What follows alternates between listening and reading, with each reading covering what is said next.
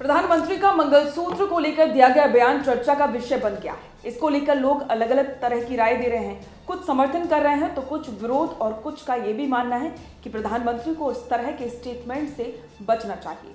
क्या है ये पूरा मामला, इस पर विस्तार से आपको बताते हैं। प्रधानमंत्री नरेंद्र मोदी ने बांसवाड़ा में सभा के दौरान कहा कि कांग्रेस सरकार देश की संपत्ति को घुसपैठियों और अधिक बच्चे पैदा करने वालों में बांट देगी। उन्होंने ये भी कहा कि कांग्रेस का आशय मुसलमानों से है। अलीगढ़ में एक रैली को संबोधित करते हुए प्रधानमंत्री ने इस बात को दोहराया और उन्होंने ये बात कही कि शहजादे कहते हैं कि वे जांच करवाएंगे कि कौन कितना कमाता है, आपके पास कितनी संपत्ति है, आपके पास कितना पैसा है, आपके पास कितने घर हैं। सरकार इस संपत्ति पर कब्जा करेगी और उसे सभी में बांटेगी। पीएम मोदी ने कहा कि हमारी माताओं और बहनों के पास सोना है, ये स्त्री धन है, इसे पवित्र माना जाता है, कानून भी इसकी रक्षा करता है। उनकी नजर आपके मंगलसूत्र पर भी है।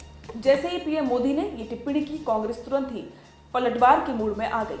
आगे बढ़ने से पहले पीएम के ये बयान आप सुनिए। ये कांग्रेस का मैनिफेस्टो कह रहा है कि वो माताओं बहनों का सोने का हिसाब करेंगे, उसकी जड़ती करेंगे, जानकारी लेंगे और फिर उस संपत्ति को बांट देंगे और उनको बांटेंगे जिनको मनमोहन सिंह जी की सरकार ने कहा था कि संपत्ति पर पहला अधिकार मुसलमानों का है।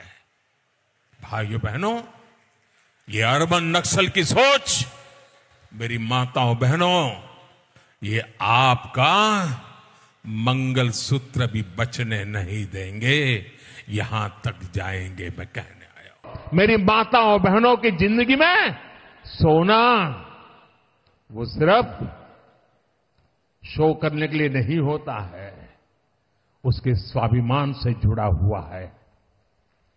उसका मंगलसूत्र वो एक सोने का कीमत का मुद्दा नहीं है, उसके जीवन के सपनों से जुड़ा हुआ है।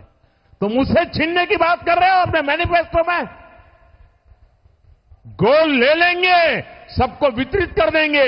और पहले जब उनकी सरकार थी, उन्होंने कहा था कि देश की संपत्ति पर पहला अधिकार मुसलमानों का है। इसका मतलब ये संपत्ति इकट्ठी करके किसको बांटेंगे? जिनके ज्यादा बच्चे हैं उनको बांटेंगे। पीएम मोदी के मंगलसूत्र वाले बयान पर कांग्रेस ने चुनाव आयोग पहुंचकर शिकायत भी दर्ज करवाई है। पार्टी ने कहा है कि प्रधानमंत्री ने दावा किया है कि ये बात उनकी घोषणा पत्र में कही गई है। कांग्रेस का यह कहना है कि पीएम मोदी ने विभाजनकारी और दुर्भावनापूर्ण बयान देकर आचार संहिता का स्पष्ट रूप से उल्लंघन किया है। अब सवाल यह है कि कांग्रेस की ओर से जारी घोषणा पत्र, जिसे पार्टी ने न्याय पत्र नाम दिया है, इसमें कहा क्या गया है? कांग्रेस के घोषणा पत्र में संपत्ति के पुनर्वितरण का कोई विशेष उल्लेख नहीं है, लेकिन वादा किया गया है कि अगर पार्टी सत्ता में आती है तो वो नीतियों में जरूर बदलाव के जरिए संपत्ति और आय की बढ़ती असमानता को दूर करेगी। घोषणा पत्र के पहले अध्याय समानता में जातिगत भेदभाव को रियलिटी के रूप में बताया गया है।